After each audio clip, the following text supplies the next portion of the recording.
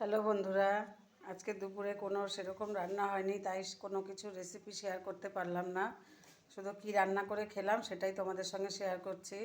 এর আগের দিন তোমাদের দেখিয়েছিলাম কচি কচি সজনে ডাঁটা পোস্ত দিয়ে, সেটা আজকেও আবার করেছি। রেসিপিটা দেওয়া আছে, তোমরা চাইলে দেখে নিতে পারো। আছে হচ্ছে মুসুরির ডাল, শিম দিয়ে বেগুন ভাজা, ডিমের মামলেট। আজকের দুপুরের রান্না এটাই হয়েছে, তাই তোমাদের সঙ্গে এটাই শেয়ার করলাম। দোকানের সব রান্নাই বাকি ছিল দেখে আজকে সেরকম কিছু রান্না করতে পারিনি দেখে কোনো রেসিপি আমি শেয়ার করতে পারলাম না। এদিকে দেখো ফিশ বলের যে তরকারিটা হয় সেই তরকারির জন্য আমিও তরকারিটা শুরু করে দিয়েছি। পেঁয়াজ ভাজা হচ্ছে।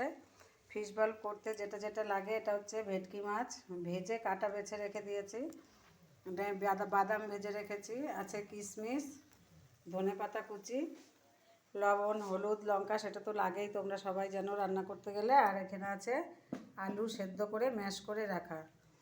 তো চলো বন্ধুরা, আজকে আর কোনো রেসিপি শেয়ার করতে পারলাম না। আগামী দিন আবার যখন রেসিপি শেয়ার করব তোমাদের সঙ্গে, যেই রেসিপি রান্না করব সেটা তোমাদের সঙ্গে শেয়ার করব। আজকে সেরকম কিছু রান্না হয়নি। আর এই রেসিপিটা তোমাদের সঙ্গে আগে আমি শেয়ার করেছি, তোমরা আগে ভিডিওতে দেখে নিও। তো বন্ধুরা, আজকের দুপুরটা এই পর্যন্তই থাকলো। এখনও দোকানে অনেক কিছুই বাকি আছে, তার জন্য আজকে একটু কমই হলো। আগামী দিন আবার দেখাবো। তো বন্ধুরা, দেখতে থাকো শম্পার স্বাদঘর চ্যানেল।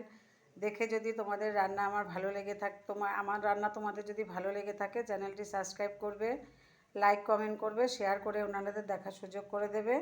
তা আজকে দুপুরটা এই পর্যন্তই, আবার আগামী দিন সকালে।